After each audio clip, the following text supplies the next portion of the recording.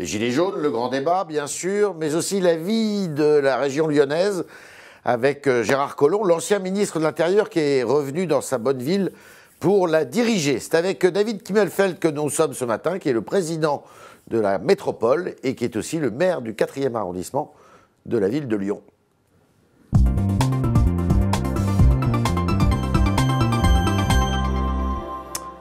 David Kimmelfeld, bonjour. Bonjour. Donc on va commencer par le national et puis on va petit à petit se rapprocher de la capitale des Gaules. Le président de la République a raison de faire autant de débats et de se mettre autant au centre de la scène médiatique finalement. Il a raison de faire ça. Oui, je crois qu'il a raison. Bon, il faut que je crois qu'il faut que les élus prennent leur part à ce grand débat, à condition qu'on puisse offrir la possibilité à celles et ceux qui ne s'expriment jamais, c'est-à-dire qui sont ni sur les ronds-points, qui ne sont jamais dans nos concertations. On en fait beaucoup des concertations ceux quand qui sont on est sur élu. les ronds-points, ils ne s'exprimaient pas avant. Hein. Ouais, non, mais ceux-ci ne s'exprimaient pas, mais aussi ceux qu'on ne voit jamais dans les concertations puissent s'exprimer. Moi, je veux être très attentif. Mais il ne s'expose pas à une critique en disant mais il capte tout le débat, enfin. Non, je crois qu'il s'expose à une critique, mais je pense qu'il est important. Devant des maires, là. Est-ce qu'il ne faut pas qu'il aille avec des salles qui soient un peu plus hétérogènes, je dirais, avec des gilets jaunes? Son rôle à lui, c'est d'aller effectivement devant les maires. Notre rôle à nous, c'est de créer les conditions pour que celles et ceux qui s'expriment jamais, moi je pense en particulier aux jeunes, je pense en particulier aux femmes, très peu de femmes dans les concertations, je pense aux quartiers les plus populaires, on puisse créer les conditions pour que tout le monde puisse s'exprimer. Ça, c'est notre responsabilité. Lui, c'est d'aller voir les maires. Vous allez participer à ces débats?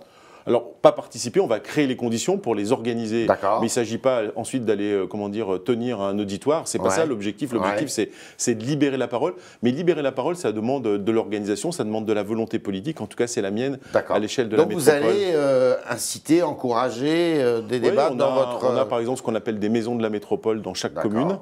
On va ouvrir les cahiers là, dans chaque commune, mais on va aller au-delà.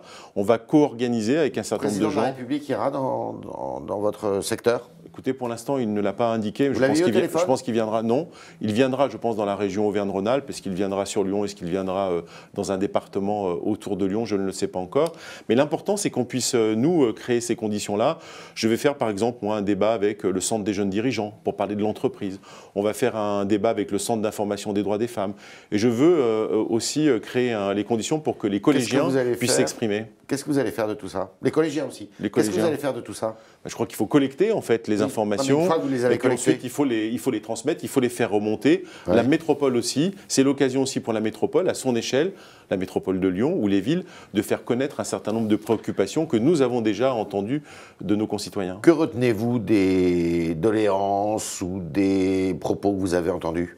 C'est quoi les priorités? Moi, je crois que les priorités, c'est d'abord et avant tout de libérer la parole. Les priorités, c'est de trouver un fonctionnement démocratique pour que les gens puissent s'exprimer de manière très claire. Ça, c'est acquis. Enfin, je veux dire, c'est acquis. C'est en cours de réalisation. Mais sur le plan concret, on vous demande quoi? Moins d'impôts? Moi, ce que je vois une réforme de la Constitution? Sur le territoire, je vois le maire de Montpellier, hier, qui était à votre place, disait la priorité pour moi, c'est, d'après ce que j'entends, c'est une réforme institutionnelle. Ce qui m'a un peu surpris, pour vous dire la vérité. Moi, je crois que la priorité, en tout cas, c'est ce que je vis, moi, au contact des habitants de la métropole, c'est d'améliorer le quotidien. L'améliorer le quotidien, c'est par exemple les questions des mobilités. C'est-à-dire quand on habite en dehors de cette métropole et qu'on rentre dans cette métropole, il faut demain qu'on puisse se déplacer. C'est très local, ça. Oui, c'est très local, mais le quotidien, c'est très local, mais c'est en même temps ce que demandent les... en sortir sur le plan national? Sur le plan national, je pense qu'il faut d'abord une meilleure écoute des territoires, une plus grande écoute des territoires. Il faut, à mon avis, des moyens supplémentaires. Non, c'est pas la faute à Macron. Je pense que c'est un système qui est là depuis de très nombreuses années, qui n'a pas laissé suffisamment la place au territoire. Il faut aussi des moyens supplémentaires sur les territoires pour mettre en place, quand je disais, les moyens de transport, les mobilités. Eh bien, ma foi, c'est des moyens supplémentaires sur nos territoires. Des moyens financiers?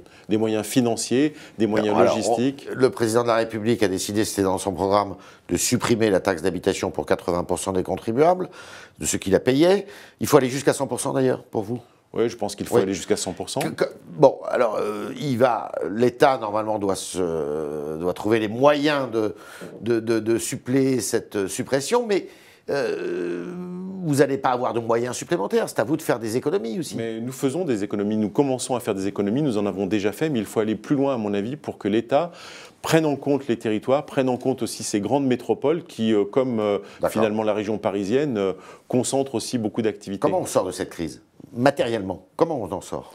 On sort de cette crise d'abord en montrant que cette capacité d'écoute, ça ne va pas être simplement une capacité d'écoute, mais ça ne va pas être simplement une capacité d'écoute. Mais comment on en sort? Qu'est-ce qu'on dit aux Français pour derrière, je pense qu'il y a effectivement, le maire de Montpellier évoquait la réforme constitutionnelle. Il faudra sans doute un certain nombre de réformes à cette constitution. Est-ce qu'il faut changer de gouvernement? Est-ce qu'il faut dissoudre l'Assemblée? Je crois qu'il ne faut pas dissoudre. Non, je crois qu'il ne faut pas dissoudre l'Assemblée. Il ne faut pas changer de gouvernement. Il ne faut pas, comme certains peut-être l'espèrent, aussi changer, pourquoi pas, de président de la République. Non, la question c'est pas celle-là. La question c'est des mesures concrètes qui vont remonter des propositions des Françaises et des Français qui vont s'inscrire ensuite dans un certain nombre de lois. C'est ça, c'est le concret, c'est améliorer, à mon avis, le quotidien. Améliorer le quotidien, c'est le débat sur la fiscalité. Le président de la République qui s'exprime devant le Congrès, qui dit, voilà, moi j'ai retenu ça. J'ai retenu un certain nombre, je propose un certain nombre de mesures, je pense que c'est comme ça concrètement qu'il faudra le faire. Le maire de Lyon, vous connaissez son nom? Gérard Collomb. Gérard Collomb. Gérard Collomb, il n'a pas l'air très chaud pour le débat, lui, le grand débat national, hein. Oh, je crois qu'il s'est exprimé hier, il va créer dans la ville de Lyon... Dans des mairies d'arrondissement. Dans les mairies d'arrondissement. Vous allez le faire dans le 4e? Oui, bien évidemment, moi je vais prendre ma part dans le 4e arrondissement, comme je vais la prendre comme président de la métropole. D'accord, mais il n'a pas l'air très chaud quand même, hein, pour être lui le moteur de l'affaire. Non, lui il souhaite que dans les mairies d'arrondissement, effectivement, on puisse finalement répondre aux demandes. Ce que je souhaite, moi, sur la métropole, c'est aller au-delà, c'est effectivement être proactif, non pas pour prendre la place des uns et des autres dans les débats, mais de créer les conditions, je le disais tout à l'heure, attention à faire en sorte que les plus jeunes, que les femmes qui sont très absentes des débats, et pourtant, elles sont assez présentes dans les Gilets jaunes. Oui, assez présentes dans les Gilets jaunes, mais moi qui fais de la concertation régulièrement, j'en vois très peu. Et puis, bien évidemment, encore une fois, les personnes, on va dire, dans les quartiers les plus populaires, il faut qu'on crée ces conditions. On dit que les relations avec Gérard Collomb, c'est pas simple. Hein. Mais vous voyez ce que je... Vous aimiez tant avant, pourtant. Mais on continue à s'aimer, je crois qu'il n'y a pas de sujet. Non, le sujet... Ça, c'est la langue de bois, ça. Non, la question, c'est pas celle-là. La question qui nous est posée au quotidien... Enfin, moi, je suis un président de la métropole très en proximité. Et moi, j'ai personne qui vient me tirer par la manche pour me demander c'est quoi vos relations avec le maire de Lyon. Mes relations avec le maire de Lyon, c'est les relations d'un président de la métropole avec un maire de Lyon, une ville qui compte dans cette métropole. Qui est une des villes de la métropole. Ouais, qui est une des villes, mais une ville qui compte parce que c'est la ville capitale. En tout cas, la métropole a énormément de compétences. Il est sous vos ordres? Non, il n'est pas sous mes ordres, comme moi je ne suis pas maire d'arrondissement sous les ordres de Gérard Collomb, maire de Lyon. Il y a des compétences différentes qui s'organisent. Ensuite, ce que nous demandent les gens, c'est pas quelles sont les relations avec Gérard Collomb. Mais moi je vous les demande. Oui, mais moi je vous dis, ce qui me préoccupe moi aujourd'hui, c'est plutôt d'avancer pour améliorer le quotidien de nos concitoyens, parce que cette métropole, elle a des compétences depuis finalement la naissance, protection maternelle infantile, l'éducation avec les collèges, l'insertion économique, le vieillissement de la population, et c'est ça que nous demandent les gens, c'est de régler leurs problèmes, et les régler bien évidemment dans de bonnes relations avec l'ensemble des villes, et y compris bien sûr avec Lyon. Est-ce que c'est compris de vos administrés, ça ? La création de cette métropole? Parce que finalement, on a dit aux Français, on va supprimer des collectivités territoriales. Moralité, on en a ajouté. Même si vous, je sais, le département du Rhône, c'est... en fait, c'est exclu de la métropole. Oui, en réalité, la métropole aujourd'hui intervient, comme je le disais, sur véritablement le quotidien, les préoccupations de nos concitoyens. Les compétences qu'avait le département. Les compétences qu'avait le département, des compétences très humaines en fait. D'accord. Mais par contre, il faut bien évidemment continuer à expliquer ce qu'est cette métropole. Je vous rejoins sur le fait qu'il est nécessaire de mieux expliquer. Il y a encore beaucoup d'explications à donner, c'est pas dans l'esprit des gens. Non, c'est pas dans l'esprit des gens. Vous n'êtes ni un intérimaire, ni un intermédiaire, ça veut dire quoi ça? Non, j'avais dit j'étais ni un intérimaire. La métropole était présidée par Gérard Collomb. La métropole était présidée par Gérard Collomb. Gérard Collomb est revenu, il a fait le choix d'être de nouveau maire de Lyon. Je suis président de cette métropole. Je suis président de cette métropole à temps plein. Pourquoi vous lui avez pas rétrocédé votre siège? D'abord, je ne lui ai pas rétrocédé parce qu'il a fait un choix. C'était le choix d'être maire de Lyon. Mais quand il est revenu... Mais c'est lui qui a fait ce choix. Le ministère de l'Intérieur, il est allé... Oui, mais il aurait pu faire maire de Lyon et président de la métropole. Ça, c'est une question que vous lui poserez quand vous l'inviterez. Mais en tout cas, moi, je suis président de cette métropole. Il aurait adoré, hein, non?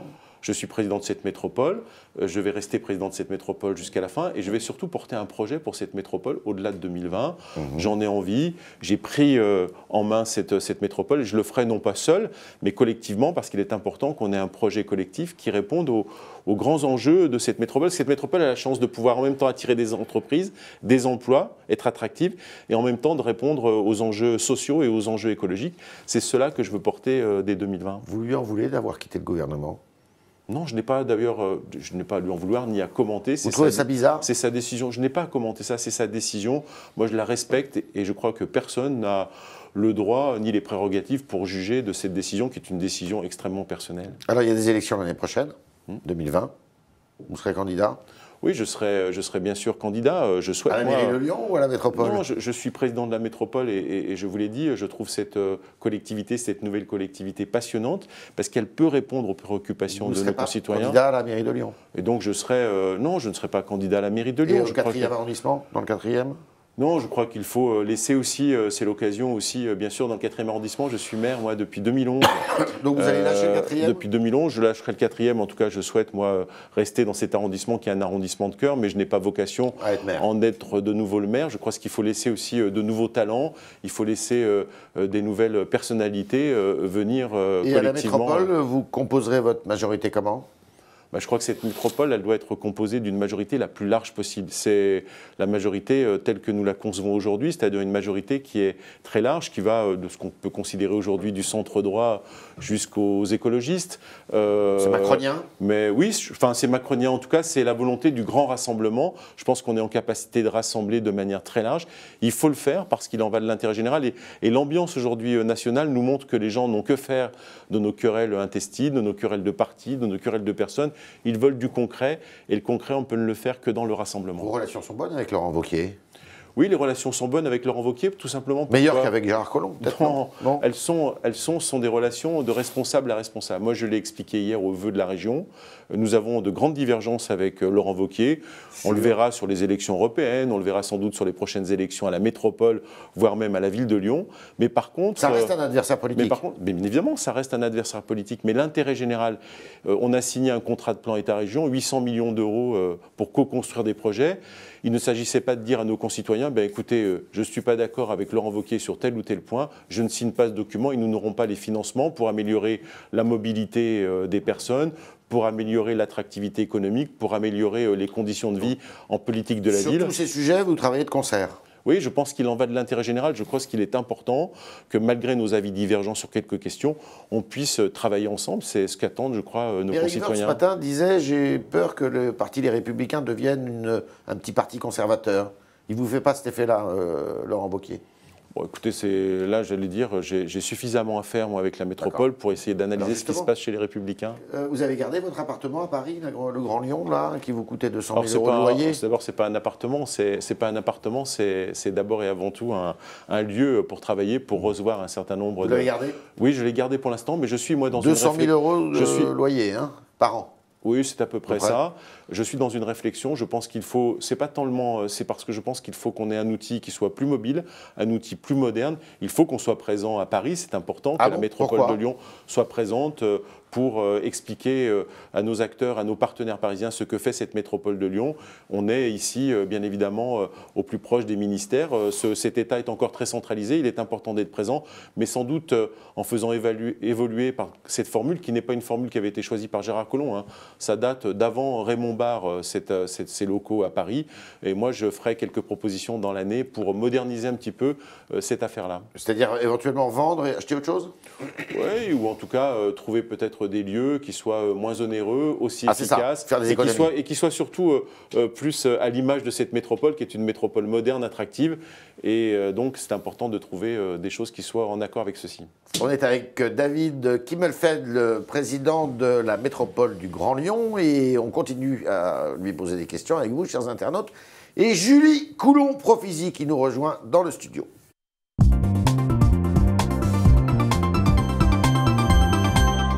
Bonjour Julie. Bonjour Yves, bonjour David Kimmelfeld. Bonjour. Alors on a plusieurs questions. Donc une première d'Antimac, qui est un habitant de Lyon et qui est aussi un fidèle internaute du Figaro, et qui vous demande, comptez-vous constituer une liste avec Gérard Collomb ou avec le PS aux prochaines élections municipales à Lyon ? Je crois que vous avez quitté le PS, faut le dire. Oui, moi j'ai quitté le Parti Socialiste. Vous étiez le président de la fédération. J'en ai été le secrétaire fédéral, ce qu'on appelle le secrétaire départemental. Moi, je crois qu'aujourd'hui, je l'ai dit tout à l'heure, la question, c'est surtout le rassemblement le plus large. Et dans ce rassemblement le plus large, eh bien, ma foi, j'imagine bien évidemment qu'il y aura et des socialistes, et des écologistes, et des partenaires du centre droit, du centre gauche, et bien sûr Gérard Collomb, puisque la question est posée, c'est pas qui lui sera candidat à la mairie de Lyon. Oui, c'est pas où les socialistes. Vous le soutiendrez. C'est pas où les socialistes ou Gérard Collomb, c'est bien évidemment la capacité à rassembler le plus largement possible. Vous le soutiendrez, Gérard Collomb. S'il souhaite être candidat à la ville de Lyon, mais aujourd'hui, je crois que la question se pose pas. La question ne se pose pas. En tout cas, la question ne se pose pas parce que non, elle ne se pose pas parce qu'il est un peu tôt pour répondre à cette question. Il reste encore 15 mois. Il a dit qu'il revenait justement pour que la mairie de Lyon soit toujours en bonne main. Oui, mais elle est en de bonne main, ça, personne ne le conteste. Alors, on revient un peu à l'actualité du pays, si je puis dire. Donc, selon Palador, donc, le traité d'Aix-la-Chapelle qui a été signé entre la France et l'Allemagne ce matin est, je cite, une chaîne de plus pour ligoter notre pauvre nation dans un carcan inextricable d'engagements irréfléchis. Donc, qu'est-ce que vous pensez de ce constat et qu'est-ce que vous pensez de ce traité? Non, je pense du bien de ce traité. Donc, je ne souscris pas à ce qui vient d'être dit. Je pense qu'il y a un autour combat... duquel il y a eu beaucoup de rumeurs complètement infondées. Il y a un combat pour les Européennes qui est en train de se mettre en place. Il est extrêmement important qu'on montre. Et la responsabilité que j'ai, moi, comme président d'une métropole, c'est de montrer combien une métropole peut s'appuyer sur une Europe efficace. Et c'est le cas aujourd'hui. J'ai eu l'occasion de donner un certain nombre d'exemples très concrets de financements européens qui viennent finalement nous permettre d'apporter des réponses très concrètes à nos habitants. Je crois que c'est notre responsabilité. Attention à faire en sorte que demain, on ne se réveille pas avec une Europe qui soit gangrénée, notamment par l'extrême droite. Vous allez participer à cette campagne des Européennes? Oui, je crois qu'il faut participer à cette campagne des Européennes. Il faut participer pour justement faire passer des messages positifs et faire en sorte que, bien évidemment, ce soit les progressistes qui soient victorieux. Dans le cadre d'une liste de la majorité présidentielle? Oui, bien évidemment. Vous souhaitez qui comme tête de liste? Oh, je n'ai pas d'avis sur la question. Non, mais j'ai pas d'avis. Jean-Pierre Raffarin? Non, je crois pas. Je crois qu'il faut... Non, j'aime beaucoup Jean-Pierre Raffarin, qui est d'ailleurs un partenaire important pour nous sur nos relations avec la Chine à Lyon, mais je pense qu'il faut incarner aussi sans doute une nouvelle génération. Donc il y aura bien des propositions et pourquoi pas une femme, ce qui rajouterait aussi à la crédibilité de cette liste. On parle de Brune Poirson? Oui, mais c'est une très bonne. Brune Poirson, c'est une très belle idée. Quelqu'un qui défend des sujets qui sont pour nous très sensibles, comme l'économie circulaire, l'écologie. D'accord. Alors, une autre question d'Antimac, qui, comme je vous le disais, habite à Lyon, et donc qui nous dit les transports à Lyon deviennent de plus en plus chers et les lignes de plus en plus souvent à l'arrêt.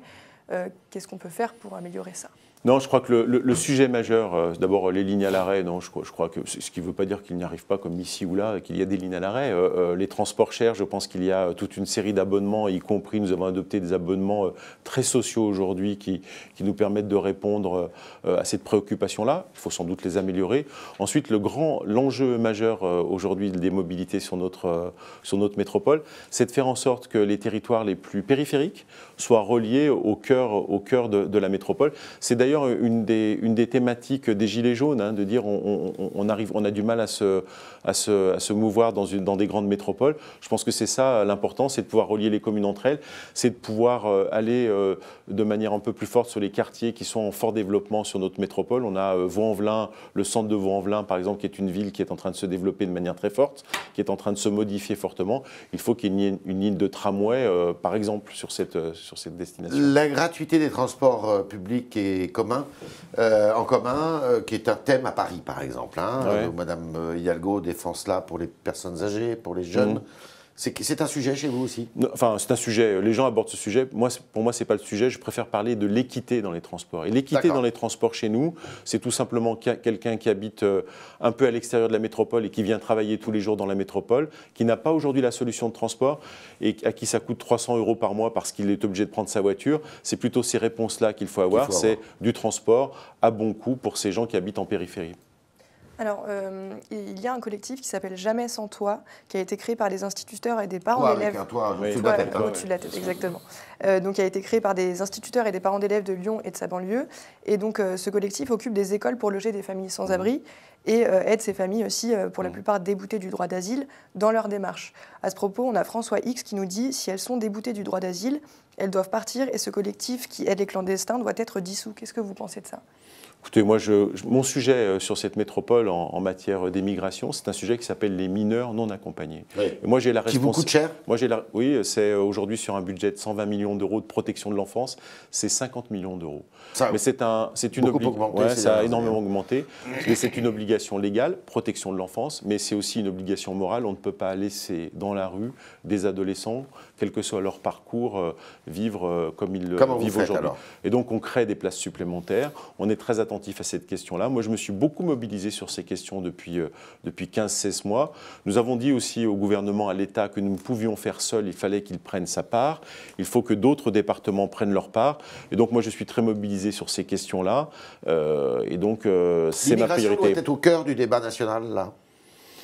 Non, d'abord, moi, je considère que l'immigration, c'est une chance pour l'Europe. C'est une chance pour l'Europe. Simplement, il faut, à partir de ce constat-là, il faut bien évidemment, parce que je pense que nous avons besoin d'un certain nombre de talents, nous avons besoin d'un certain nombre de personnes qui viennent en Europe. On les a pas tout le temps chez nous, et je pense qu'il est important. Ça crée des tensions. Mais ça crée des tensions. Donc, ce qui veut dire, la deuxième partie de mon propos, c'est de dire, bien sûr, c'est une chance, mais c'est parce que c'est une chance qu'il faut mettre en place un certain nombre de dispositifs qui nous permettent d'accueillir les gens dans de bonnes conditions. Ça veut dire, ça passe peut-être par un certain nombre de mesures qui nous permettent... Des quotas à l'immigration, comme le suggère le président de la République. Oui, mais le président de la République il suggère, je pense qu'il faut examiner ça de manière très calme et ne rien exclure.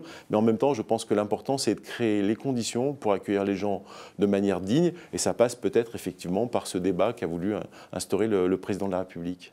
C'était David Kimmelfeld qui était dans nos studios ce matin. Merci d'avoir répondu à toutes nos questions, y compris à celles des internautes, via Julie Coulon-Prophésie. Merci Julie, pardon. Merci et à demain, si vous le voulez bien.